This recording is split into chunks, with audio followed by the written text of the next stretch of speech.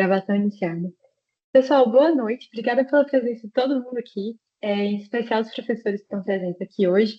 E nós iremos dar hoje aqui a sequência ao nosso ciclo de debate sobre a reforma tributária promovido pela LAFT. Para quem não conhece a LAFT, nós somos a Liga Acadêmica de Direito Financeiro e Tributário da UFMG, e nós gostamos de nos conceber como uma plataforma, um projeto que engloba várias frentes, como grupo de estudos, grupo de extensão, produção de conteúdo, participação de competição, e um dos nossos braços é justamente a realização de eventos. O ciclo de reforma é um dos ciclos que a LAFT promove, né? Nós também temos o ciclo de carreiras, nós promovemos lives, como fizemos ontem com a questão do PIX, né? Da monitoramento do PIX. E a ideia do ciclo de reforma é trazer nomes consolidados no mercado jurídico tributário, bem como no meio acadêmico também, para discutir sobre temas relevantes, né, de uma das maiores mudanças do nosso sistema jurídico brasileiro atualmente, que é a reforma tributária. É uma modificação muito importante que não impacta só o tributário, né, mas o direito como um todo. E nós já contamos com vários eventos em 2024, né? Nós falamos de contencioso, administrativo judicial, regulamentação e interpretação da emenda constitucional, imposto seletivo, regimes especiais com bens imóveis, papel da lei complementar, falamos até de BEPS, e hoje, né, aqui, às vésperas de uma sanção presidencial do nosso projeto de lei complementar 68, que irá regular a emenda constitucional 132, né, a nossa reforma tributária, nós temos o prazer de iniciar 2025 com o professor Alexandre Alckmin, que irá nos dar uma palavra justamente sobre a adequação do IBS e da CBS ao sistema tributário brasileiro. O professor é professor titular, né, lá da Universidade Federal de Minas Gerais, nosso professor de Direito Tributário, doutor em Direito Tributário pela USP e pós-doutor pela Universidade de Santiago de Compostela. Professor Alckmin, muito obrigada pela sua presença aqui hoje. A LAFT fica muito feliz em recebê-lo aqui e passa a palavra para o senhor. Fique à vontade. Obrigado, Thaisa, Flávio, Walter, o pessoal todo que me entrou em contato, que me convidou. Para mim é um grande prazer estar aqui na LAFT pela primeira vez. Eu acho um projeto maravilhoso, né? Um projeto que tem uma repercussão hoje que já passa os muros da própria Faculdade de Direito da UFMG, já alcança o nosso país inteiro, serve de exemplo aí para as outras universidades também implementarem, criarem projetos semelhantes e que tem dentre seus membros sempre alunos de ponta, alunos muito bem preparados e sempre muito estudiosos do direito tributário. Né? Eu estava vendo hoje, Flávio, esses professores das antigas falando a diferença entre aluno e estudante, né? Aluno é aquele que assiste aula, estudante é aquele que estuda, né? Então temos aí estudantes do direito tributário, né? Alunos que se dedicam efetivamente ao estudo do direito tributário, que é um estudo sem fim, né? A gente nunca acaba de estudar qualquer coisa, mas especialmente direito tributário, a gente está sempre aí alcançado pelas novidades, né? Se tem algum ramo do direito que eventualmente pode ficar enfadonho, o nosso cada mergulho é um flash. Né? Como diz o Flávio, estava dando uma entrevista, no meio da entrevista já mudou, tem que mudar o tom da entrevista, porque já tem ali uma novidade, e isso não é exceção no direito tributário. Né? Nós temos conceitos muito arraigados, nós temos fundamentos muito bem trabalhados, mas que eventualmente vêm e sofrem alterações, algumas esperadas, algumas não esperadas, algumas surpreendentes, e cabe a nós, estudiosos do direito tributário, né, aqueles que se dedicam ao estudo da matéria, sempre ficarmos atentos a essas mudanças, dos impactos que eventualmente essas mudanças possam ter na sociedade brasileira, na sociedade econômica, né, na sociedade política, em todos os seus setores, porque as mudanças tributárias elas têm de pronto um impacto muito grande. Né? E isso já me traz especificamente falando da reforma tributária dos indiretos. Né? É muito curioso que, se a gente puxar aí a memória, a gente promulgou a nossa Constituição de 88 já pensando em reformá-la na matéria tributária. Né? A gente já veio com um modelo importado das constituições anteriores, mas já sabendo que ele não era um bom modelo, já sabendo que era necessário, eventualmente, realizarmos uma alteração. E com o passar dos anos e da vivência do próprio sistema trazido pela Constituição de 88, cada vez mais mostrou-se imperioso e necessária essa revisão do da nossa tributação de indiretos. Eu, quando fiz a minha prova de mestrado, isso aí eu retomo lá nos anos 2000, em que eu dividi a sala da prova com o professor Flávio Bernardes, que estava ali fazendo a sua prova de doutorado, né, quando a gente entrou, respectivamente, no doutorado e no mestrado. Eu lembro que eu precisava, por exemplo, eu preciso trazer um diferencial para a minha prova, e o que que eu fui? Fui estudar o projeto de reforma tributária que estava em discussão à época, que era do deputado Mussa Demes, então o projeto Mussa Demes. Então tudo eu vim e falava, não, isso aqui no projeto Mussa Demes pode alterar, tal. Mussa Demes morreu, coitado, e não andou o projeto dele, e já vieram mais de 10 projetos depois do projeto Mussa Demes. E houve ali, na vivência desse nosso regime de tributação de indiretos, o surgimento e o incremento de algumas anomalias e de algumas idiosincrasias sistemáticas que tornaram, ao final, o sistema realmente insustentável. Né? Eu acredito que sempre quando a gente fala dessa reforma tributária, a gente tem que sempre retomar o contexto dessa reforma tributária, que é um contexto de um sistema tributário absolutamente, absurdamente falido, né? Por vários motivos. Né? Alguns mais conhecidos e mais falados, outros menos conhecidos. Né? O mais falado, guerra tributária. Né? Guerra tributária dos estados, guerra tributária dos municípios. Eu me recordo de uma fala da professora Isabel Derzi num congresso da ABRADT, e ela dizia que o mundo inteiro estava se unindo em blocos econômicos para ampliação do mercado. E o Brasil, ao inverso, no âmbito da guerra tributária, estava segregando seus mercados em cada um dos seus estados, criando barreiras comerciais tributárias nas operações de um estado e de outro. E olha que isso foi uma fala de mais de 10 anos atrás. Né? Então, são problemas que a gente já vivia, que a gente, de uma certa forma, aprendeu a conviver e acabou aceitando num outro ponto, mas que são problemas efetivos para a vivência do nosso federalismo. Né? Um outro problema que sempre veio à tona, a questão do federalismo, né? Até que ponto a gente tem um Estado federado, a gente vive de fato uma federação com um sistema anterior, e no sistema atual, hoje saiu publicado no Conjuro um artigo muito interessante do professor Fernando Scaff, fazendo um contraponto sobre a constitucionalidade, sob a ótica federativa da reforma tributária, e ele assumindo a posição, fugindo dos extremos, né? Ele não é tão federativo como, por exemplo, entende o professor Ter Sampaio Ferraz Júnior, de que nós criaremos ali uma cooperação, um federalismo cooperativo pelos estados e municípios atuando conjuntamente na repartição de suas receitas, como algo de evolução do federalismo, mas também não tanto contra aqueles outros que entendem que acabou o federalismo por conta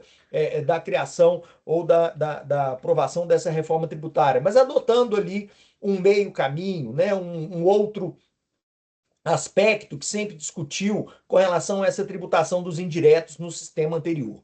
Eu, particularmente, já vim estudando essa matéria sobre uma outra perspectiva, que é a perspectiva da chamada carga tributária oculta. Uma das coisas que mais me incomoda quando a gente fala de tributação é a gente não saber de fato aonde está a nossa carga tributária, é não saber de fato onde é que está a tributação. Nós temos hoje uma carga tributária de 33,2% do nosso PIB, né? A carga tributária mais elevada dentre todos os países subdesenvolvidos e em desenvolvimento, países de mercado subdesenvolvidos e em desenvolvimento do mundo. Né? Temos carga tributária compatível com as dos países mais elevados, países de mercado, estados de mercado mais elevados do mundo. Né? Mas aonde que está essa carga tributária? Porque a gente olhava para o nosso sistema, a gente olha para as nossas alíquotas e não necessariamente a gente consegue identificar claramente aonde está essa carga tributária. Né? A gente não consegue visualizar objetivamente aonde é que está vindo essa carga de tributação. É claro que nós temos institutos setoriais, nós temos estudos realizados pelo governo com relação à arrecadação, da onde que vem, mas na hora que a gente pega as alíquotas, não são muitas vezes compatíveis com aqueles valores colocados. Isso me incomoda muito. Houve um estudo publicado no âmbito do Banco Mundial em 2021, em que ele apontava esse problema da carga tributária oculta como uma das questões principais a serem resolvidas em uma reforma tributária e colocando alguns setores como os campeões de carga tributária oculta. Né? O primeiro deles, farmacos. O segundo deles, transporte. Olha que importante, eu trabalho muito com tributação no setor de transporte já há mais de 20 anos. Essa elevada carga tributária no transporte, ela não é verificada nas alíquotas propriamente dita. Né? A gente não consegue simplesmente olhar a alíquota e falar, não, onde é que está essa carga tributária? Essa carga tributária está oculta justamente na cumulatividade da tributação indireta. Veja, por exemplo, que interessante, Thaisa, que caminhões de pequeno porte, eles são isentos do IPI. Ótimo. Então, está isento do IPI. Então, é um benefício ótimo, maravilhoso. Mas o para-brisa está isento do IPI? Não. O chassi? Não. A roda? Não. O pneu? Não. Nenhum dos insumos de fabricação desse caminhão estão isentos do IPI. Então, o fato de isentar a venda do caminhão é o de menos. Porque existe toda uma carga tributária de IPI incidente na produção daquele produto ao final, que não são estornados nem devolvidos. E na hora que você passa para o comércio, não carrega crédito de IPI para o comércio, não para o setor de transporte. O setor de transporte não tem crédito. Né? O setor comercial não toma crédito de ISS, que é, por natureza, cumulativo. Né? Então, a gente tem, no âmbito dos tributos IVA, ali que, no meu entendimento, sei que existem divergências com relação a isso, está focado na situação, na sistemática atual, em 5 tributos. Para mim, IPI, ICMS, ISS, PIS e COFINS são tributos que são IVA, né? Cumulativo ou não cumulativo, são com as suas cumulatividades perfeitas ou imperfeitas, são tributos que deveriam ser no formato IVA, que incidem sobre produção e circulação de mercadorias e serviços da nossa atividade econômica, mas que não necessariamente observando nominalmente aquela tributação, seria possível a gente identificar essas incidências, identificar essa carga de tributação. Então, eu acredito, no meu ponto de analisar a necessidade de uma reforma tributária, ela era essencial. É essencial reformar o que já estava. Eu participo de uma organização internacional, chama IFA, International Fiscal Association, e o congresso da IFA é um congresso anual e que trata majoritariamente de questões de tributação internacional, mas também algumas questões de tributação interna, como, por exemplo, tributação de IVA. E é curioso que sempre, todos os anos, eles colocam um brasileiro na mesa de IVA. Eu falo assim, é um sadismo enorme, porque eles botam o brasileiro lá na mesa de IVA só para a gente falar que o nosso IVA não é um IVA, são 5, ICMS, ISS, IPI, PIS e COFINS. E daí você tem que explicar que PIS e COFINS não são taxes, são social contributions, que possuem, no meu entendimento, natureza de tax, mas são social contributions. Depois do Congresso a gente sai andando, todo mundo, oh, Brasil, PIS e COFINS, oh, oh, oh. Como é que vocês vivem nessa situação? Né? Então, a necessidade de reforma, para mim, ela já era premente, não havia como fugir dela. Se essa é a melhor ou pior das propostas apresentadas, e foram inúmeras as propostas discutidas simultaneamente ali, você tinha PEC 45, PEC 110, mas você tinha a proposta do Simplifica Já, que era uma reforma muito mais no nível legislativo de lei complementar do que propriamente constitucional, obviamente que passava pela medida constitucional. Existiam outras propostas de cunho exacerbadamente liberal que caminhava para quase uma previsão da Constituição norte-americana. Cada ente federado cria o seu tributo e pronto, não elejo base, não falo mais nada. Né? Mas se, para o bem ou para o mal, tivemos uma reforma. Então, é esta reforma que está colocada e é esta reforma que está aprovada já no âmbito constitucional, no âmbito legislativo, né? Foi anunciada amanhã a cerimônia de sanção no Palácio da Alvorada, aliás, no Palácio do Planalto. Então, a partir de amanhã saberemos, inclusive, se teremos algum veto ou não. Não tenho spoiler com relação a isso, mas temos aí uma reforma para viver nos próximos anos, passando aí por um período de transição, finalizando essa transição até 2032, né? Então, é o que temos para o café da manhã, almoço e jantar de amanhã, pelos próximos anos que virão, até 2032, viver esse período de transição para sabermos como é que isso efetivamente irá funcionar lá em 2033 a todo vapor. Eu participei de muitas das discussões do processo legislativo dessa reforma, quando ela ainda estava, ou esses processos, esses debates estavam sendo colocados no Senado, né? O senador Roberto Rocha era o senador relator da PEC 110, a PEC 45, depois da comissão mista, ela ficou durante muito tempo paralisada, né, engavetada lá na Câmara, e só quando Bernardo Api assumiu a Secretaria de Reforma Tributária que a PEC 45 voltou a caminhar, mas aproveitando todo o trabalho que foi feito pelo senador Roberto Rocha no curso de 2 anos, em que abriu várias discussões com vários setores da economia. E já nessas discussões surgiu a questão do formato de liquidação, o split payment, né, mais especificamente falando, da reforma tributária. E eu pude identificar, no âmbito dessas conversas que eu tive com esse grupo de experts que assessoravam que assessorava o senador Roberto Rocha, que existiam alguns pontos-chave da reforma tributária que não estavam abertos à discussão.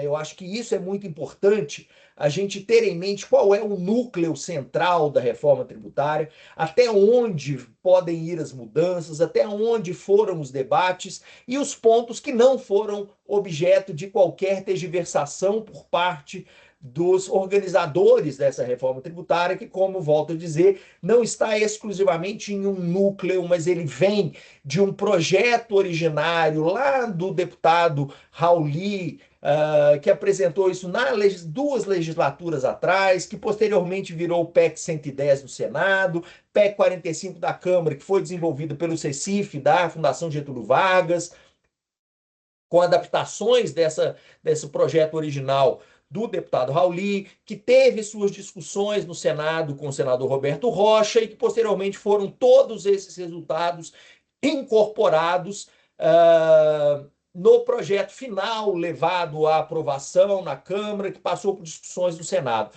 Mas essa última corrida, digamos assim, da PEC e os debates do projeto legislativo da lei complementar, todos eles mantendo sempre esse núcleo forte. E é sobre esse núcleo forte que eu gostaria de falar aqui com vocês, porque é justamente nesse núcleo forte que a gente eventualmente poderá identificar alguns problemas.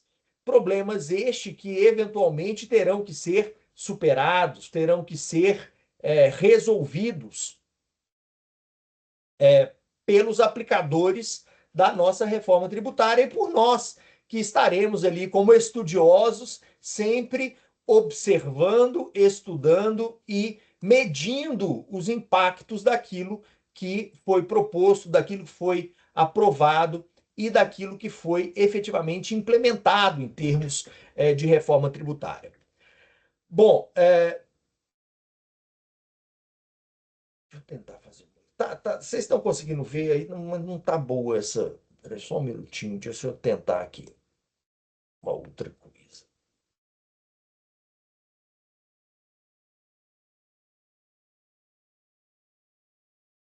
Esses recursos muito tecnológicos aí.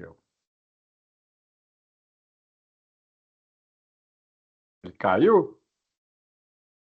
Acho que ele saiu e entrou para entrar, professor.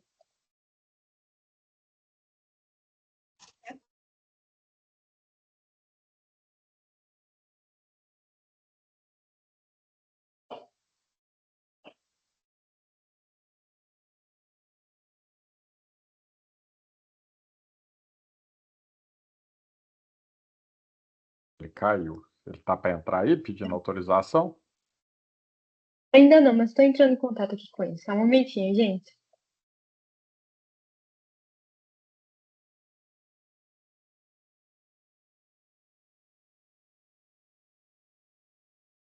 Vou tentar fazer não sei o que aqui e cair. Desculpem. Alexandre, não se ausenta Tudo não, bem? que as más línguas estão falando que a reforma te derrubou. Deve ser o governo.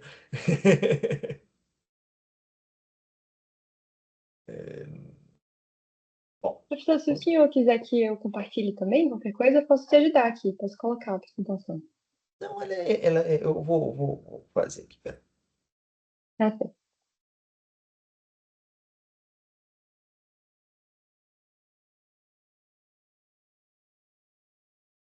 Pronto, assim a gente consegue enxergar bem.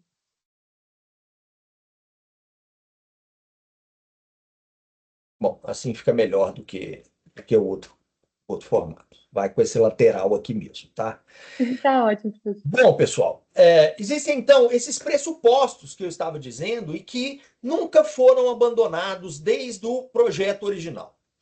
Tá? Primeiro deles, crédito amplo. Ah, que boa notícia, né? Vamos acabar com aquele problema de restrição de crédito, né? Isso aí é uma excelente notícia quando a gente fala de um tributo formato IVA, né? Quantas foram as discussões e por quantos anos vivemos a discussão relacionada a aproveitamento de créditos, né? Tivemos aí uma evolução principalmente pelo fim do conceito de crédito vinculado a insumo, né? Crédito vinculado a insumo foi muito utilizado no ICMS, PIS/COFINS, a discussão era todo crédito vinculado a insumo, né? A gente ficava lá, produtos intermediários, dá crédito, não dá crédito, temos que judicializar, aquisição de bens do ativo, dá crédito, não dá crédito. Quer dizer, a gente viveu aí anos de restrições com relação a um aproveitamento ou não de crédito. Discussão essa que vai acabar crédito amplo, base ampla, né, com uma forma de efetiva simplificação. Outra questão não tão importante com relação à tributação propriamente dita, mas importantíssimo quanto ao formato de execução e cobrança desse novo IBS ou ICBS, será que a tributação por fora, que naquele formato plus tax, né, eu vou precificar os meus produtos, meus bens, meus direitos, meus serviços, sem considerar a tributação, e terei a tributação aqui adicionada ao preço que eu colocar no bem, mercadoria, direito que eu for comercializar. Entramos aqui já num ponto muito mais delicado. O crédito passa a ser vinculado ao pagamento efetivo do tributo na etapa antecedente. Atualmente, a gente adota uma sistemática de crédito que a gente poderia chamar aqui num regime de competência.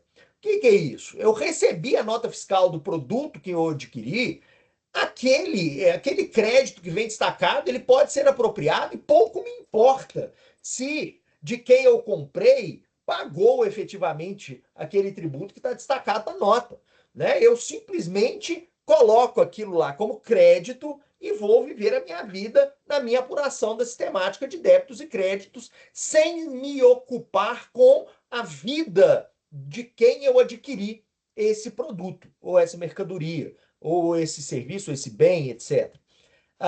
Muda-se a sistemática aqui. O crédito ele passa só a ser deferido se houver o efetivo recolhimento do tributo na etapa anterior. Esse é um dos núcleos essenciais da reforma que entrará em vigor ou que será aprovada ou sancionada a partir de amanhã. Né? Crédito vinculado ao pagamento. Se não houve pagamento por quem me vendeu ou de quem eu adquiri o bem, serviço ou direito, eu não terei direito ao crédito daquela operação que eu realizei. Outro ponto que isso não está expresso na lei, mas que está na vivência da organização do que se busca implementar. Nós teremos uma sistemática de apuração eletrônica pelo fisco com relação ao IBS e CBS. Receita Federal e comitê gestor irão funcionar, ou pelo menos é isso que se pretende, por um sistema eletrônico que irá integrar todas as contabilidades ou todas as apurações fiscais, desculpa, de IBS e CBS de todos os contribuintes vinculados ao sistema financeiro brasileiro. Isso aqui pode parecer uma mágica, e de fato é muito difícil da gente pensar e da gente visualizar. Né? Eu escrevi um artigo em 2022 falando sobre o split payment e denunciando que a União Europeia havia desistido de implementar o split payment, dado o seu custo de implementação e dadas dificuldades de restituição de crédito, que passam pela existência de um sistema que pudesse coordenar todas essas arrecadações. E, de fato, esse sistema é bastante complexo da gente conseguir imaginar, mas é um sistema que, ao que parece, está sendo desenvolvido para dar vazão à aplicação dessa nova legislação e do controle desse IBS e dessa CBS.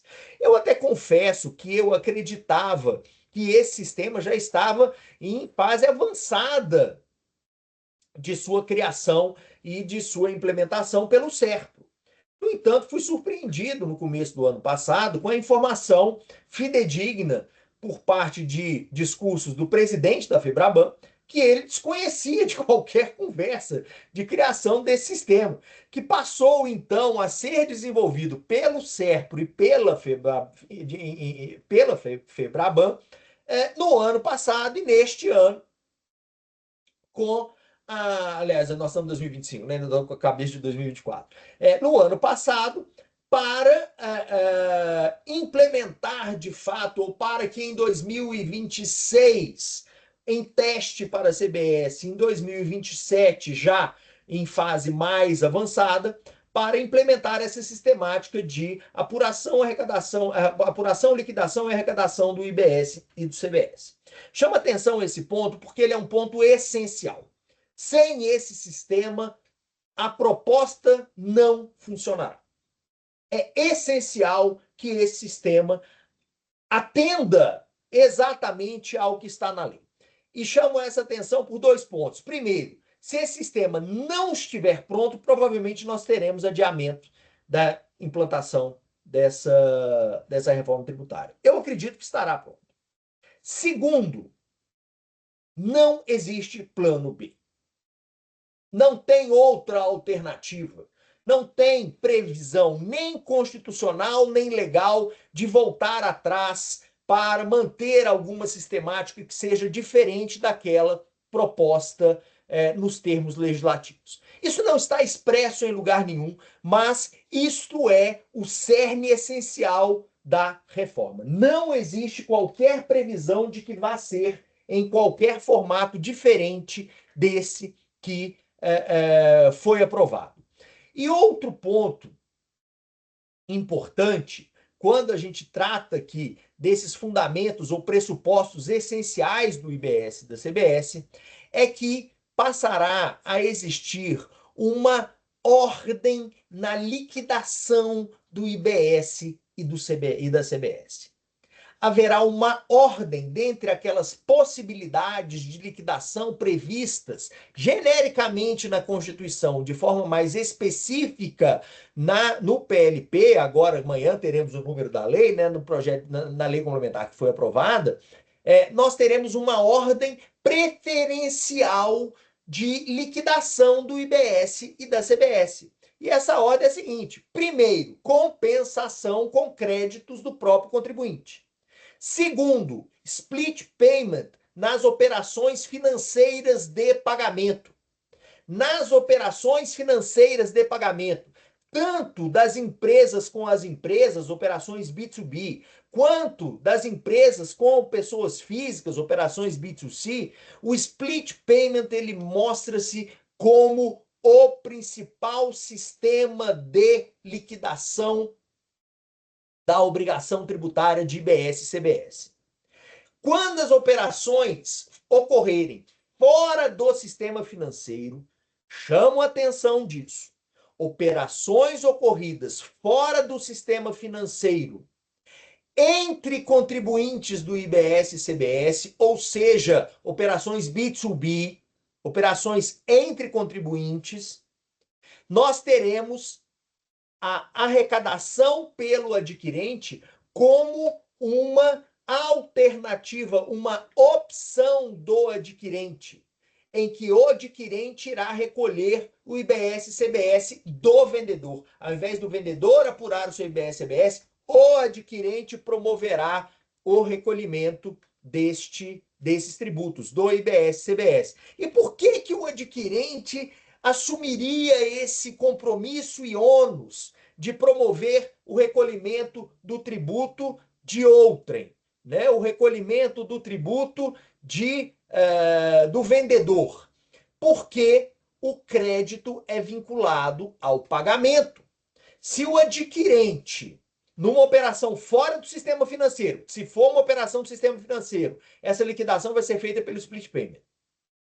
Numa operação fora do sistema financeiro, o adquirente, contribuinte do IBS e CBS, quer garantir que ele terá crédito, ele próprio promove o recolhimento do tributo, afastando aqui a possibilidade de o vendedor da mercadoria, bem, serviço ou direito não recolher o IBS e CBS e ele ficar sem o crédito. Então, ele opta pelo recolhimento do tributo. É quase aquela opção assim, bota a espada em cima da cabeça do sujeito e fala, você quer ter crédito? Você recolhe. Se você não quiser, se você quiser correr o risco de não ter crédito, deixa o próprio vendedor, o próprio contribuinte apurar e recolher o seu tributo. Então temos aqui a arrecadação pelo adquirente e, por último, que será a exceção da exceção da exceção, a apuração do tributo devido pelo próprio contribuinte. A apuração do tributo do IBS e CBS pelo próprio contribuinte, basicamente estará restrita às operações realizadas fora do sistema financeiro. Se tiver sistema financeiro, vai ser split payment.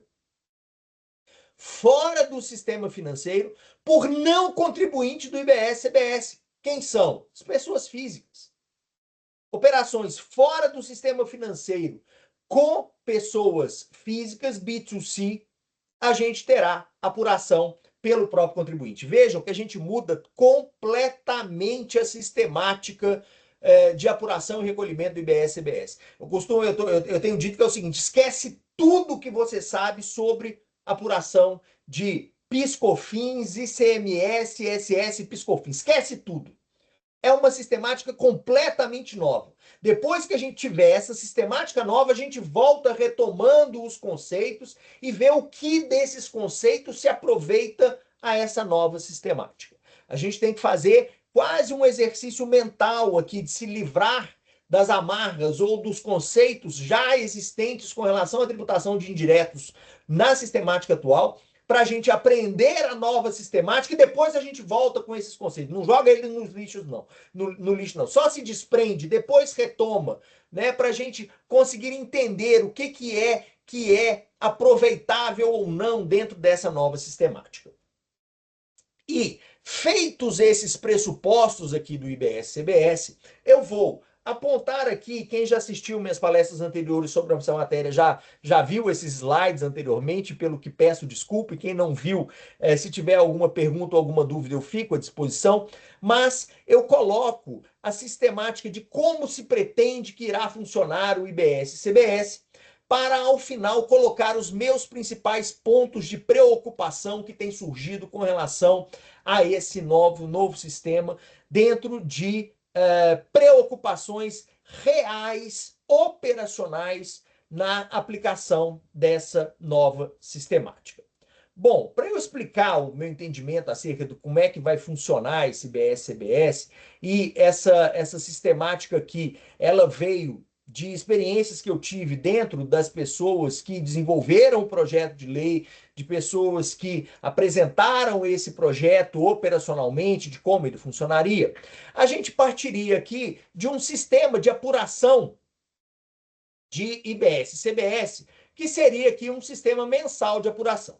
E dando aqui como exemplo, eu parto do pressuposto que uma determinada entidade, uma determinada empresa tem um crédito aqui de R$ 57,00 de operações pretéritas aqui, de aquisições que ela teve, que deram a ela créditos de IBS e CBS. Também fixei uma alíquota aqui de 27%. Eu estou ciente que foi fixado um teto de 26,5%, né? Isso, então, meu slide está desatualizado, mas refazer isso aqui sem a ajuda dos universitários está muito difícil. Eu mantive aqui de 27% para fins meramente explicativos e acadêmicos. Por favor, não me crucifiquem por isso. Muito bem, feitas essas observações, vamos supor que uma determinada entidade realizou uma determinada venda por R$ 100 no começo aqui do mês de março, tá?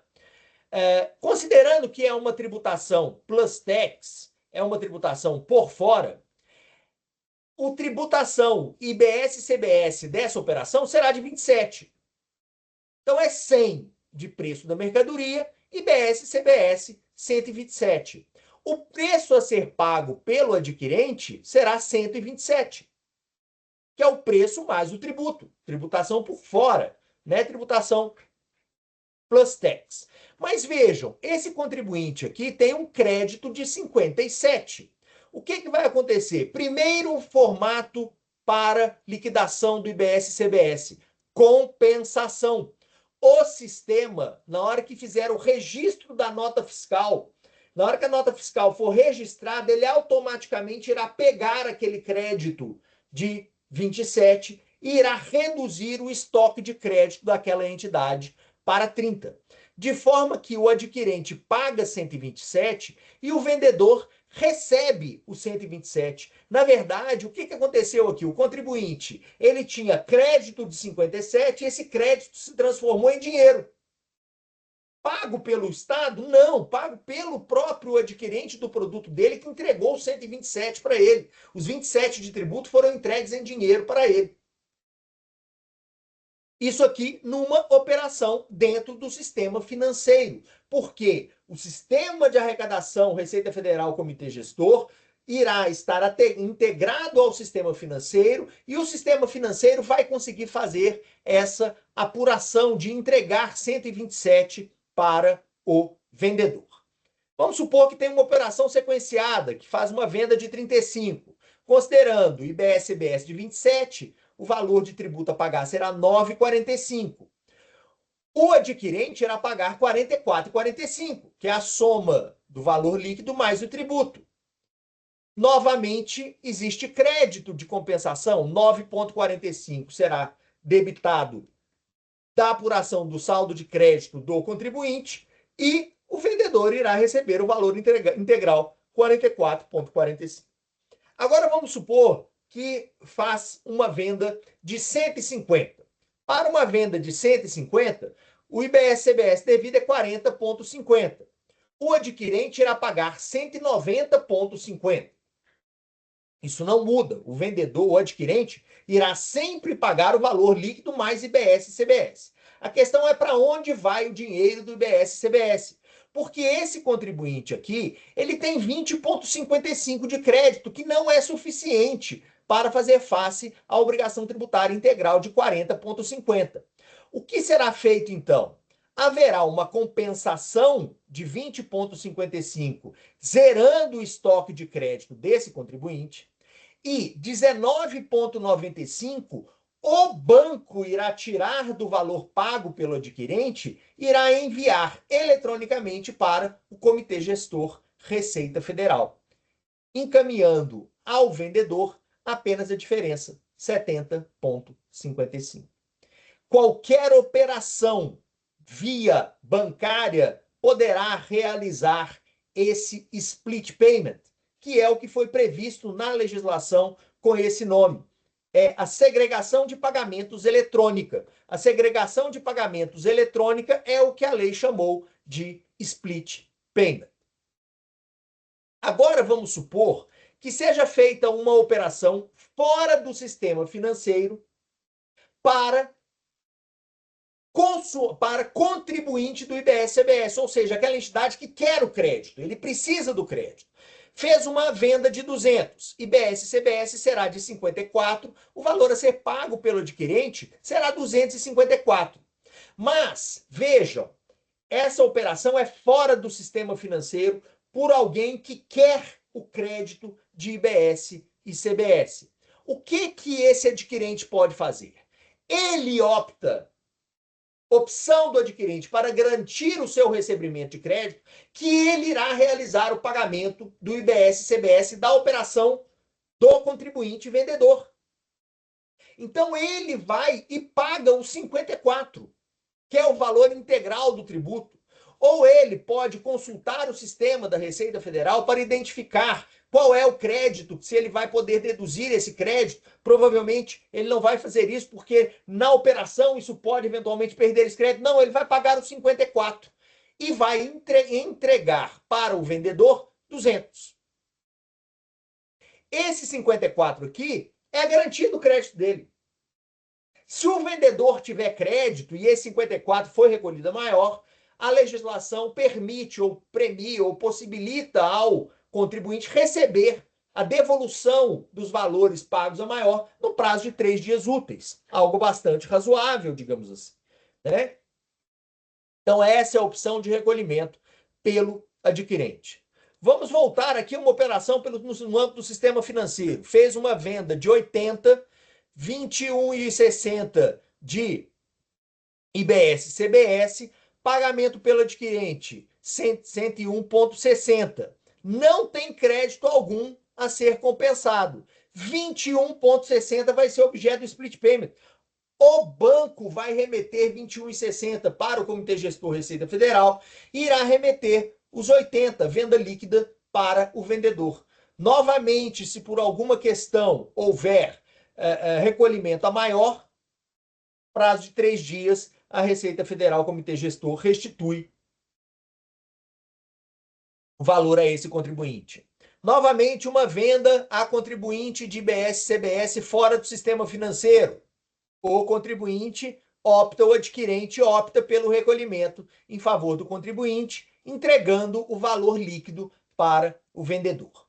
Agora vamos supor aqui uma operação venda em dinheiro, se tiver dinheiro é split payment, venda em dinheiro a consumidor final, pessoa física, que não tem preocupações em absorver crédito.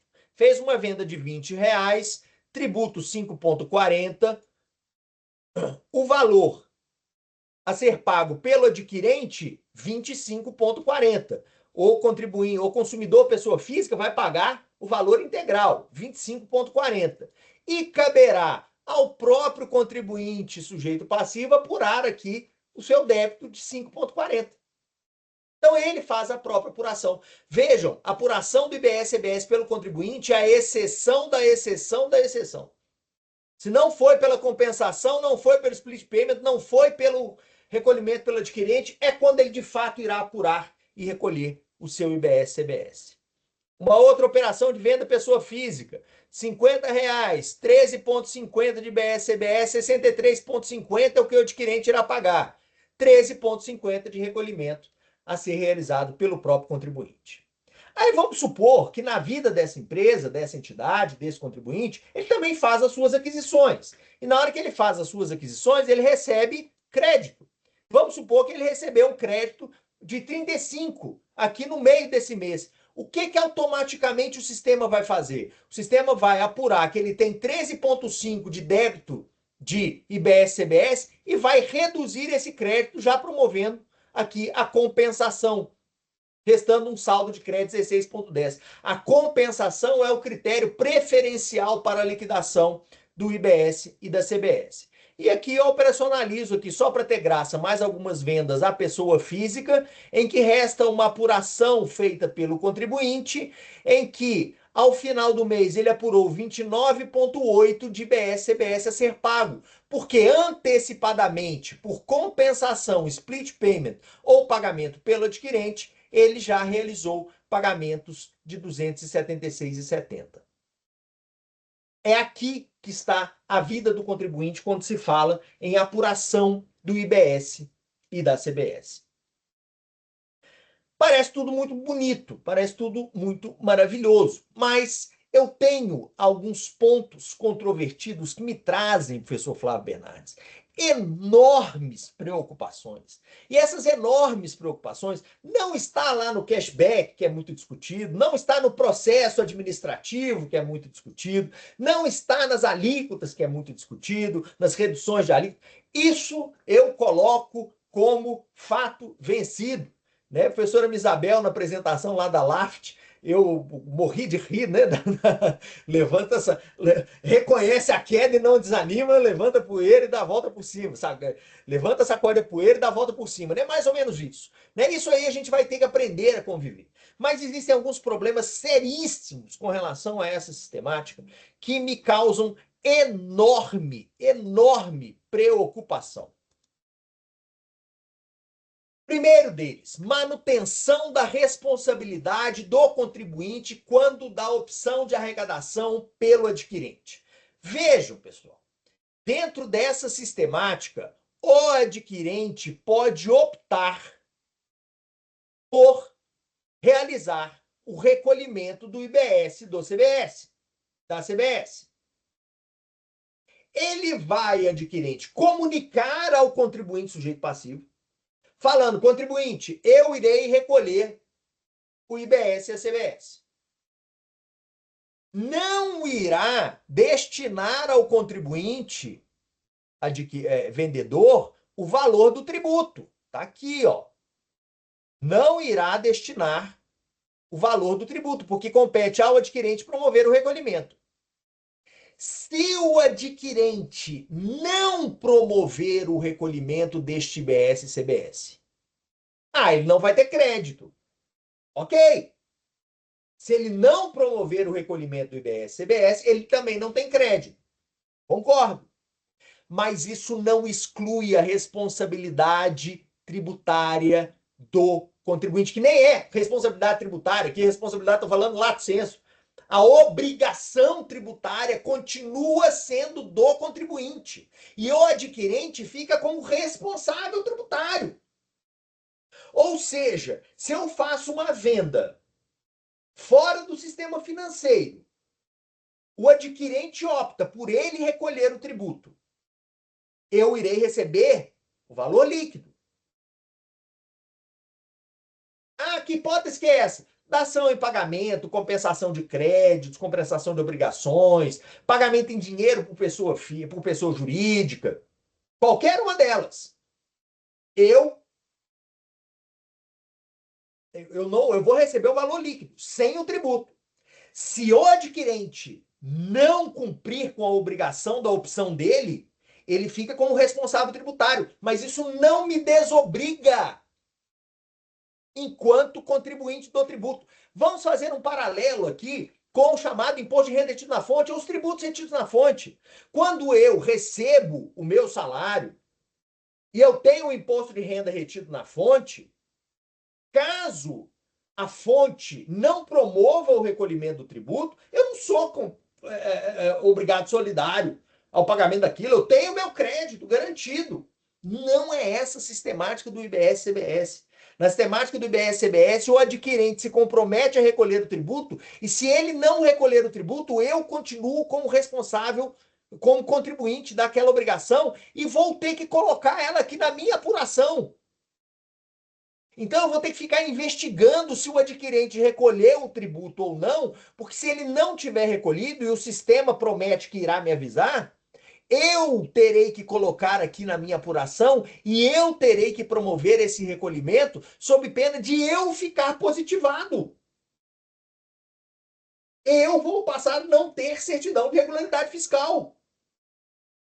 Eu poderei sofrer multa, juros, lançamento de ofício, lançamento direto, mais precisamente, lançamento direto. Poderei ser demandado judicialmente pelo pagamento. Não exclui, o pagamento pelo adquirente não exclui a obrigação do contribuinte original. Eu acho isso uma falta de senso e uma completa imputação de preferência do fisco. O fisco tem todas as armas para isso. E eu vou ter que fazer o quê? Civilmente demandar o meu eu adquirindo a minha mercadoria para me restituir o valor que eu tive que pagar de tributo. Sinceramente, é a privatização da obrigação tributária. Você atribuiu ao setor privado a obrigação que é do fisco de apurar e recolher os seus tributos. Se houve a opção do adquirente, o adquirente é que deve ser demandado, nunca podendo retornar essa obrigação ao contribuinte originário. Né? Vai começar uma briga agora. Eu não vendo para quem quer recolher o tributo. Ah, não, se você quiser recolher o tributo, eu não vou vender para você não, porque vai que você não recolhe o tributo. Quer dizer, você cria uma desconfiança mútua nas relações privadas por uma relação, por uma questão exclusivamente tributária. Ou então, como já me disseram, ninguém vai querer vender fora do sistema financeiro. Não, vai ser tudo dentro do sistema financeiro. Ainda bem que não vão tributar o Pix, né? Só para botar pinga aqui no fogo da conversa do Walter e do Pedro. Segunda preocupação. Apesar de adotar crédito contra pagamento, mantém responsabilidade do contribuinte no caso de inadimplemento do adquirente. Gente, isso é seríssimo. Isso ninguém conseguiu abrir linha de discussão com relação a isso. Eu emito a nota fiscal. Olha aqui o que eu fiz aqui. Não foi de malandragem. Só voltar aqui para vocês virem. Eu emito a nota fiscal. Automaticamente o valor do IBS e CBS entra na minha apuração de tributos a pagar. Quando essa operação é finalizada, vai ser feito o pagamento pelo adquirente ou do split payment. Mas aí eu pergunto para vocês, e se eu emito a nota fiscal de venda, vendo a mercadoria e o meu adquirente não me paga? Inadimplemento do adquirente. O adquirente não paga. Aí funciona o regime de competência. Se o adquirente não paga, eu sou obrigado a promover o recolhimento do tributo. E eu que, quando for receber, comprove para o adquirente que eu fiz o recolhimento do tributo.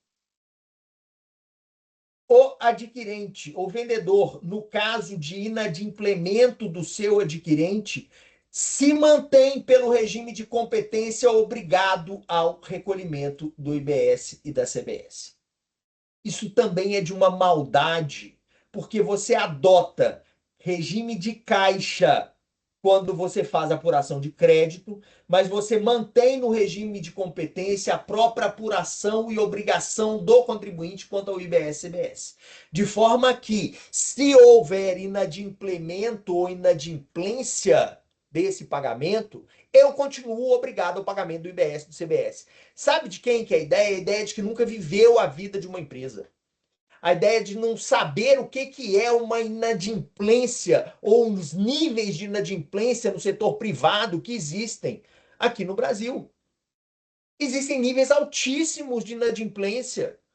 E eu coloco como regime de tributação o se resolva com o seu cliente. Eu quero a minha parte. Eu quero o meu tributo. Manteve a tributação na Caixa. Não, para fins de deferimento de crédito tem que ser regime de Caixa. Mas para fim de apuração do tributo, regime de competência. Se houver inadimplência, o problema não é meu, fisco. O problema é seu, contribuinte. Se vire com ele. Faça o meu papel. Outra questão é a seguinte: créditos de exportação. Créditos de exportação deverão ser restituídos no âmbito do IBS e CBS, assim como créditos acumulados, eventualmente, pela entidade de IBS e CBS, poderão ser objeto de pedido de restituição e devolução em dinheiro.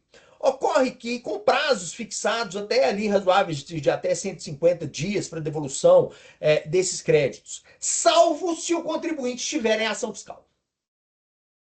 No caso do contribuinte estar em ação fiscal, suspende-se a obrigação de devolução dos créditos de IBS e CBS até a finalização da ação fiscal. Mais uma vez, vamos primeiro garantir o fisco, depois devolver o crédito do contribuinte.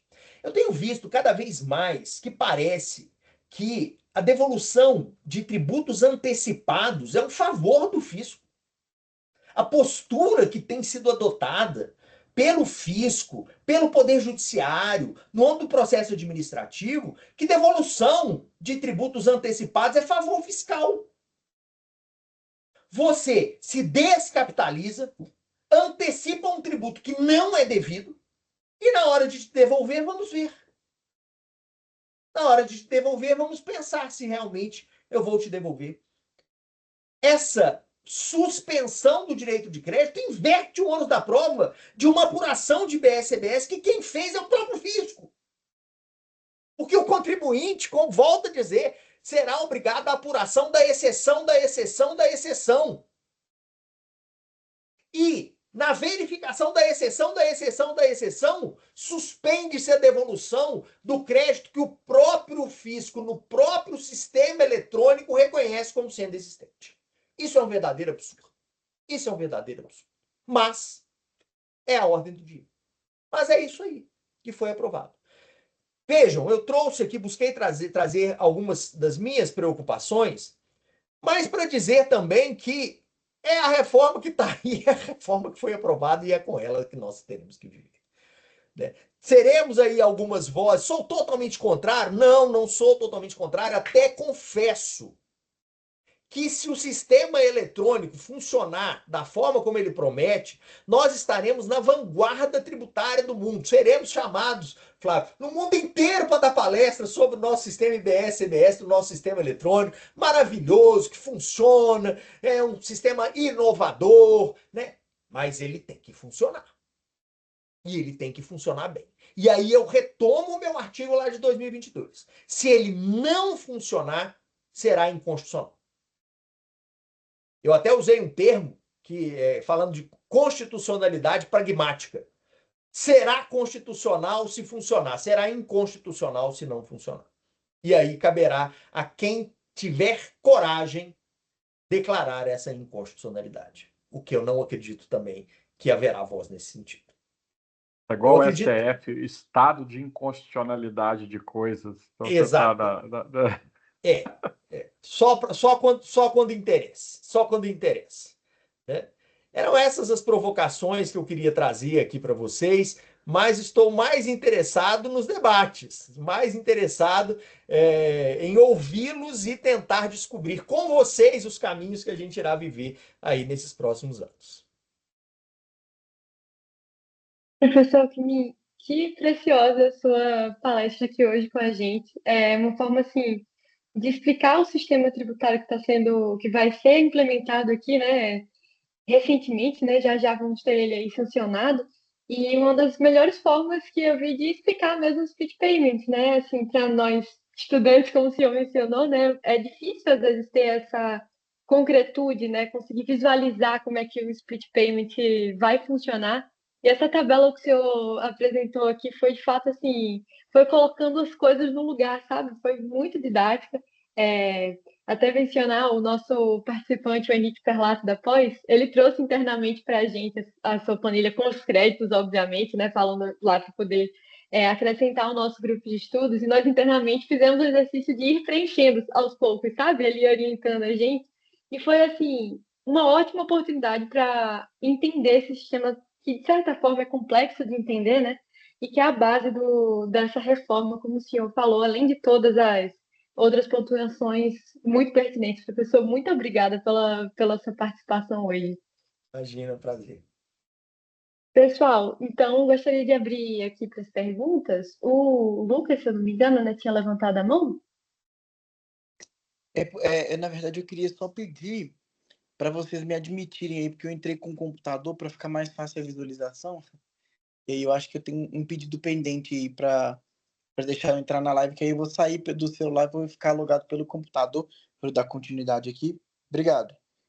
Ah, tá certo, tranquilo. Quando aparecer aqui novamente, eu te aceito, então.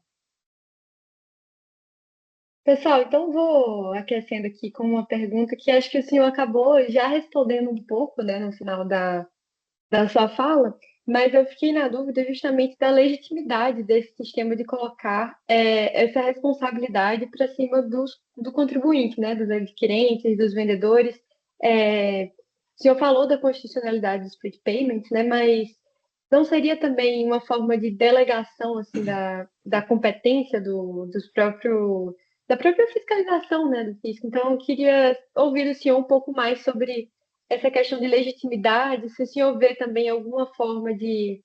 É um pouco difícil, né, ver ainda antes da sanção presidencial, mas possibilidade de contencioso em cima disso também, dessa questão específica.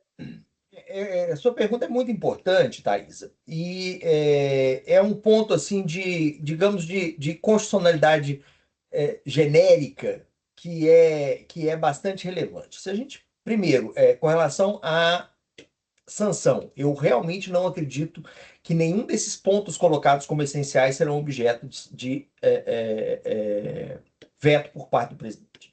Se houver algum veto, será alguma questão relacionada a cashback, será relacionada a alguma questão de imposto seletivo, será relacionada a alguma redução, alíquota reduzida. Basicamente, nesses pontos. Não acredito que haverá veto em nenhum outro ponto. Mas, se você observar os pronunciamentos do Bernardo Api, que é o secretário da Reforma Tributária, ele diz literalmente que o objetivo é não ter litigioso tributário. Ele fala abertamente. Esse será um tributo sem litígio.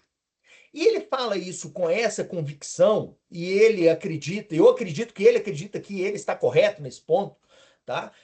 Ele fala nisso nessa convicção, porque, veja, se eu sou um contribuinte, faço uma venda para você, que também é contribuinte, e eu entro em litígio de IBS e CBS com o Comitê Gestor Receita Federal. E nesse litígio, eu consigo a suspensão do pagamento do tributo ou faço o depósito judicial do tributo questionado. Houve o pagamento do tributo, IBS e CBS? Não. Se não houve pagamento, você, Thaisa, não terá crédito. Você irá comprar de mim pagando o valor integral, porque você, na sua obrigação, em nenhum daqueles momentos daquele quadro, você está exonerada de pagar o líquido mais o tributo. Você irá pagar o líquido mais o tributo. Mas você terá crédito? Não, você não terá crédito, você não vai comprar de mim. Você vai comprar de outro que tenha crédito, que te dê crédito. Então, por que eu falo isso? Porque o litígio, o processo administrativo, o contencioso de BS-CBS, eu já fiz um exercício com meu sócio, com o Marcelo Jabur, que é um profissional absolutamente dedicado aos indiretos, né? Conhece muito mais tributação de indiretos do que eu. Quais seriam as hipóteses desse contencioso administrativo partindo desse pressuposto?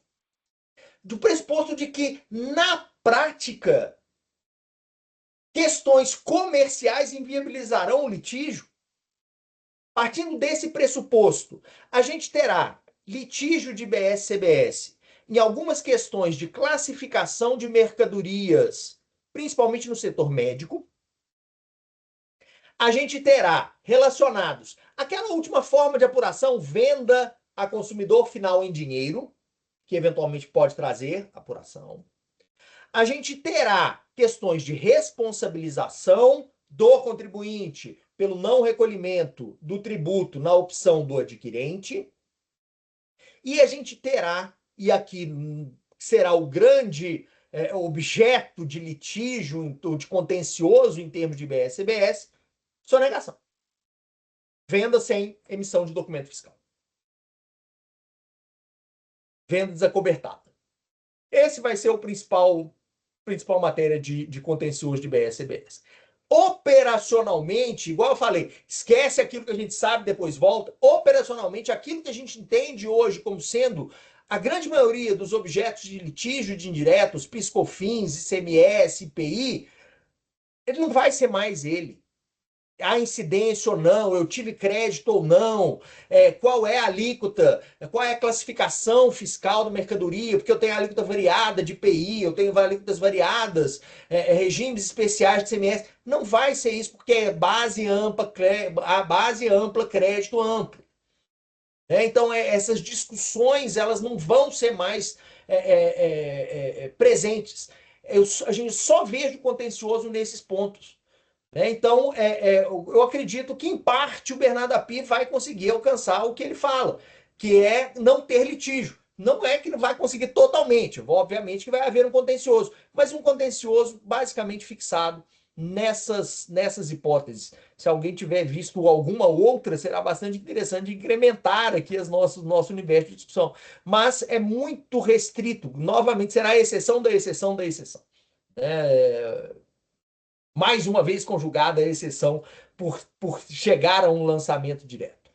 Mas eu acredito que a importância do contencioso, comparativamente ao sistema atual, ela vai se reduzir consideravelmente e drasticamente. De professor, de fato, muda bastante o cenário, né, que a gente tem atualmente com os diretos e até assim, né, vai diminuir o contencioso, mas a custo de que situações também, né, como o senhor explicou. Pessoal, quem quiser fazer pergunta, pode usar o levantar a mão também para poder a gente identificar aqui. E enquanto isso, eu queria abrir também para o professor Flávio fazer algum comentário. O que eu estou gostando é que o Alexandre está cada vez mais revoltado com a reforma, apesar da insistência que ainda continua, né, que ela é boa, mas eu concordo plenamente com as colocações que ele sempre e de forma brilhante faz, que é exatamente, a que temos, dificilmente será invalidado em qualquer um de seus aspectos, apesar de inconstitucionalidades, para mim, absurdas, né, que eu já manifestei, inclusive aqui na LAFT, do ponto de vista federativo, comitê gestor, o caos que ainda vai virar sobre parte contenciosa, tanto administrativa como tributária, pelo modelo que, para mim, equivocadamente adotaram. Amanhã, no mestrado, teremos até essa discussão, né, na apresentação de um grupo. Professor Flávio, equivocadamente, entre aspas, porque não foi um equívoco, eles quiseram objetivamente. O objetivo mas quiseram, para mim, num equívoco talvez conceitual do que poderia vir, né, no estilo do europeu ou latino-americano, de países federados como o nosso. E, para mim, é importante esse detalhamento, né, o professor Alexandre sempre enfatiza muito bem o split payment como alma, né, para os estados da reforma. Acho que municípios pequenos serão eventualmente agraciados com algumas quantias que eles hoje não têm, apesar dos gastos do comitê gestor. Mas a gente vai ter que ver esse equilíbrio futuro. Acho que o importante aqui do split payment é a análise crítica, não só prática da sua implementação, mas que o senhor Alexandre colocou muito bem, né? Quem fez não conhece a reforma, não conhece a realidade do país. Ainda que se tenha um tempo de transição, você colocar isso no fluxo de caixa diante, né? E basta ver, nós temos 4 anos de transações da União constantes, estados estão começando, né, agora, mais recentemente, planos de transações, e aí o ICMS tem aí um crédito tributário acumulado nos estados muito alto, né, de inadimplências, de uma série de fatores, autuações, e exatamente por isso que comentou, nós temos ainda uma situação que muitos se financiam pelo tributo, né, era a primeira válvula de escape numa emergência financeira, em crises financeiras, como se passou recentemente pelo Covid, né? Então, é um plano inicial. E agora, esperarmos amanhã o pomposo lançamento às 15 horas no Palácio do Planalto com discursos e verificarmos o que está por vir, não é isso, Alexandre? Isso aí, meu cara. Mas, fora isso, é agradecer imensamente o carinho com a nossa de todos da FMG Laft, de estar participando, contribuindo, incentivando sempre, o que se colocou muito bem. Nós temos verdadeiros estudantes aqui, e isso é muito gratificante, né? Nós que estamos aí na docência há alguns poucos anos, né? Então, nesse momento, Os né, a gente jovens. está, nesse momento a gente está presenciando, isso sempre traz um fôlego novo, né, um ânimo para continuar na caminhada. Então, muito obrigado. Imagina, é um prazer. Diga, Tiago. Prazer. Professor, boa noite. Primeiramente, obrigado pela exposição aí. Foi muito esclarecedora. E eu tenho uma pergunta no sentido da carga tributária, que é o seguinte: apesar do esforço e do objetivo da reforma tributária ser a manutenção e não o aumento da carga tributária, teve alguns aumentos setoriais, né? Talvez não como um todo, mas setoriais aí. Acho, por exemplo, o setor de construção civil, que foi bastante onerado, o setor de óleo e gás parece também.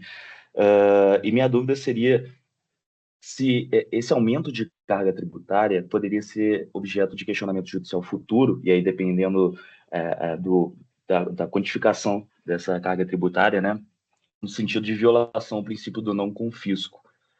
Não sei se faz sentido para você ou se é uma dúvida. Assim.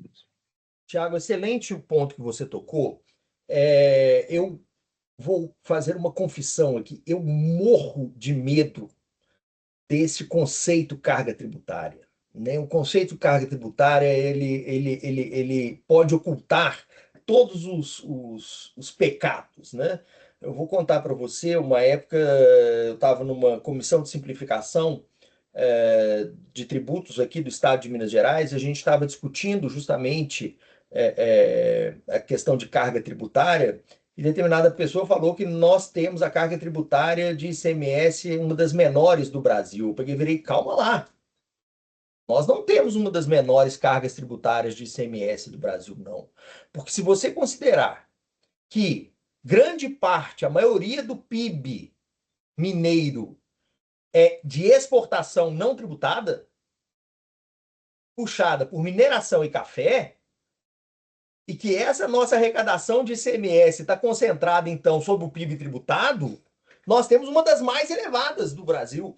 E aí eu fui repartir falando, não queira mudar o conceito do que ele é. PIB carga tributária é PIB versus arrecadação. E é isso, pronto, acabou. Então a gente pode aumentar o ICMS. Eu falei, não pode aumentar o ICMS, porque a parte tributada ela já está com uma das maiores tributações do mundo. As empresas vão embora, ninguém vai ficar aqui.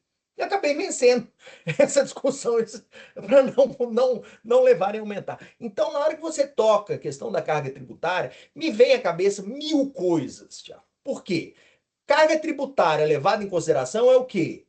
Arrecadação versus PIB. Que eles falaram que não vai haver aumento de carga tributária, vai ser arrecadação versus PIB. Não vai se arrecadar mais de PIS, COFINS, ICMS e ISS com IBS e CBS. É isso que eles fizeram. CBS não pode arrecadar mais do que PIS, COFINS, IBS não pode arrecadar mais do que ICMS e ISS. Basicamente é isso. Mas isso permite aqui um universo de outras análises, que é relativamente a aonde será concentrada este IBS-CBS. Nessa arrecadação. Nós teremos um aumento considerável de tributação. Eu não vou dizer, eu poderia dizer de forma mais simplificada, no setor de serviços. Mas eu não vou falar isso. Nós teremos um aumento de carga de tributação na pessoa física, quando ela for o adquirente do produto, ou do serviço, ou do direito. Porque a pessoa física, ela é que sofrerá de maneira imediata e irremediável os efeitos da reforma tributária. Porque nas operações entre empresas, eu posso ter uma tributação mais elevada, mas ela é crédito e eu deduzo na operação seguinte. É crédito amplo. Na operação a pessoa física, não. Então você pega aqui setor de saúde, médico, advogado, que atende pessoa física. Porque eu atendo pessoa jurídica, meu escritório vai emitir a nota fiscal e aquilo vai entrar como crédito para a pessoa jurídica nas operações dela futuro. Ela vai absorver o crédito que hoje ela não absorve.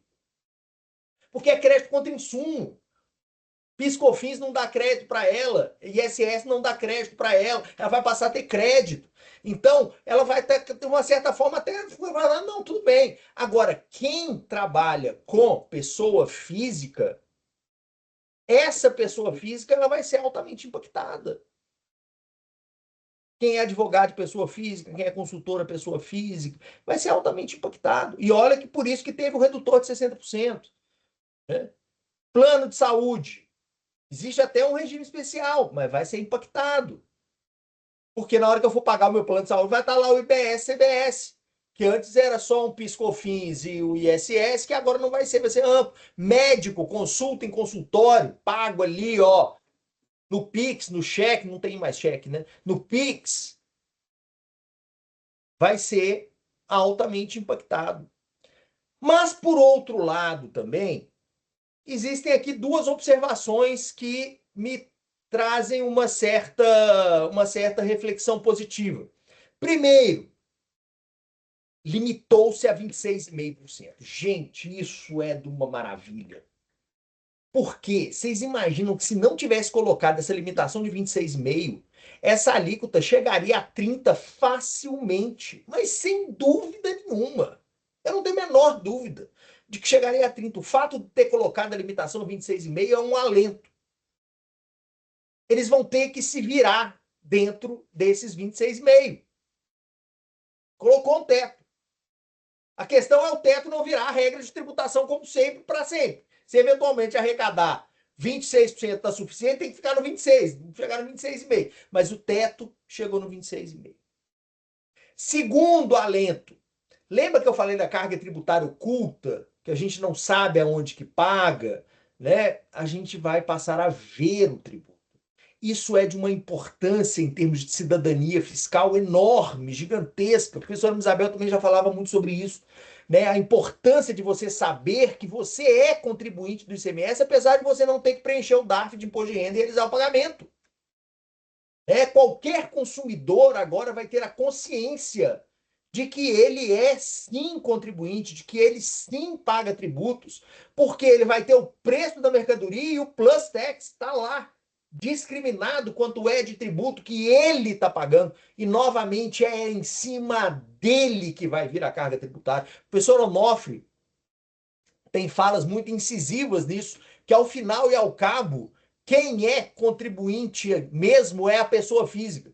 Porque as empresas colocam aquilo no custo e passam para frente. Quem não tem como se livrar disso de forma alguma é a pessoa física. É ela que, ao final e ao cabo, arca com o ônus da tributação, né? Então, a pessoa física vai passar a conseguir visualizar essa tributação que antes estava oculta e agora ela passará a ser visível. Mas, para acabar esse ponto, costumo dizer que malandro é o gato. Gente, essa é uma frase que eu acho impressionante. Malandro é o gato. Professor Flávio Bernardes, quem será o primeiro a fixar as suas alíquotas? CBS ou IBS? CBS. A União vai fixar tudo. A União vai fixar a dela. A regra já fixou. A União vai fixar a dela. E os estados e municípios vão ter que fixar a deles, observando a limitação de 26,5%. Porque isso foi pensado para cada um fixar a sua alíquota sem teto. Foi pensado para fixar a sua alíquota. União fixa a sua da CBS. O IBS será no destino na soma da alíquota estadual e da alíquota municipal. Cada estado fixa a sua e cada município fixa a sua, parametrizado para manter a mesma arrecadação. Como é que eles vão resolver isso? Porque a União vai fixar deles. e o residual vai ser para os estados e para os municípios. Isso ainda vai dar tanto pano para manga, mas isso ainda vai dar tanto pano para manga, Tiago, que aí sim eu poderia ter inconstitucionalidade pelo argumento federativo, como colocado pelo professor Flávio Bernardes. Isso ainda vai ter briga nesse galinheiro aí. Excelente, professor, muito obrigado, viu? Imagina. Realmente, professor, eu não tinha visto isso ainda, né, dessa limitação. Se os estados e municípios já vão ter a competência, né, assim, mitigada, vamos dizer assim, por não instituir, enfim, isso aí é um outro aspecto que agrava ainda mais a situação, né? Estevão, pode falar essa dúvida. Boa noite, professor. Muito obrigado até agora pela apresentação, foi muito boa mesmo. A minha pergunta vai um pouco sobre essa questão da ilusão fiscal. Vou sair um pouco do IBS da CBS para falar um pouco do imposto seletivo, se o senhor permitir.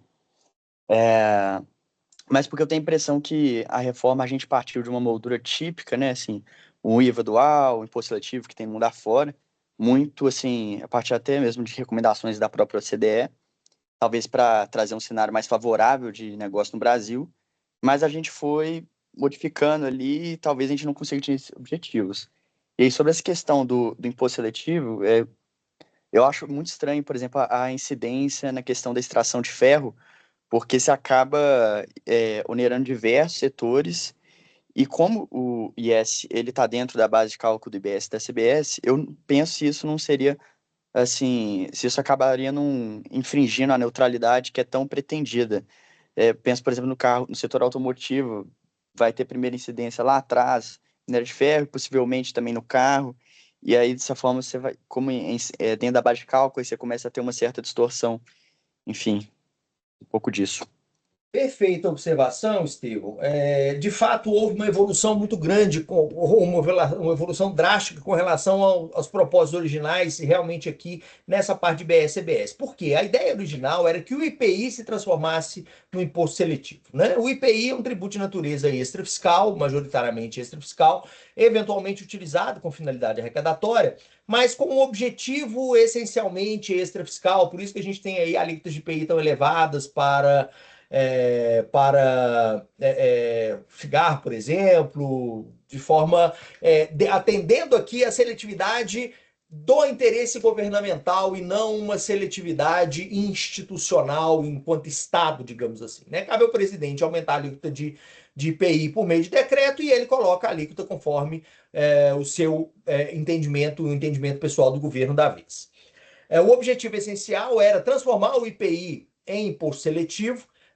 Aqui eu aproveito para fazer um parêntese, né? Isso acabou não ocorrendo, né? E destacou-se o IPI como com a manutenção, com a criação do ISS, para atender ali a necessidade de um diferencial competitivo para a Zona Franca de Manaus, né? O IPI será um monstrengo, né? Ele irá incidir quando o produto produzido na Zona Franca de Manaus for produzido fora da Zona Franca de Manaus. Então, para saber se eu tenho que pagar IPI ou não, eu tenho que saber se o produto está sendo produzido na Zona Franca de Manaus. Acredito que vai haver uma corrida à Zona Franca de Manaus para não pagar IPI, porque passará a ser um tributo cumulativo e monofásico. E é essa também a pretensão do imposto seletivo enquanto um tributo cumulativo monofásico. Estevão, sendo bastante objetivo. O objetivo do imposto seletivo é que ele seja custo. Muito simples. Não é que ele seja neutro, não é que ele seja não cumulativo, não é que ele seja de alguma forma exonerável. O objetivo do imposto seletivo é tornar-se um tributo exclusivamente extrafiscal, no mais puro sentido de extrafiscalidade, que é tornar aquela mercadoria, aquele serviço, aquele direito mais caro. Então, o objetivo não é que ele gere crédito, não é que ele seja por fora, não é que ele seja absorvido, é que ele torne aquele produto mais caro. E dentro dessa perspectiva de extrafiscalidade pura, tá bom, é desse formato mesmo. Ele irá incidir, tornando mais oneroso aquele produto. os impactos que isso pode, que disso podem decorrer, como evolução cíclica da economia, é algo que deve ser ponderado aqui pelo governo na fixação de quão oneroso será esse imposto seletivo em cada um dos setores. Eu onero o setor onerário com o minerário, como você colocou, com o imposto seletivo muito alto, isso vai impactar o setor de transporte, que vai impactar todo o setor da economia. Isso vai impactar todo, vai impactar o setor industrial, que vai impactar todo o setor da economia. Você vai tornar todos os produtos mais caros. É esse o objetivo do governo? A grande questão, que é principal, é não tentar fazer do imposto seletivo um imposto arrecadatório. Ele tem que ser um imposto extrafiscal na medida merecida de extrafiscalidade de cada uma das suas hipóteses de cobrança. Tem que ter muita clareza com relação a isso. Muita clareza com relação a isso. Não pode se brincar com o imposto seletivo. O objetivo dele é tornar mais oneroso. A questão é qual onerosidade em qual setor. Eventuais extrapolamentos poderiam ser levados, no meu entendimento, a questionamento perante o Poder Judiciário. Não sei se eu consegui responder a sua pergunta. Conseguiu sim, obrigado, professor. Pessoal, alguém tem mais algum questionamento?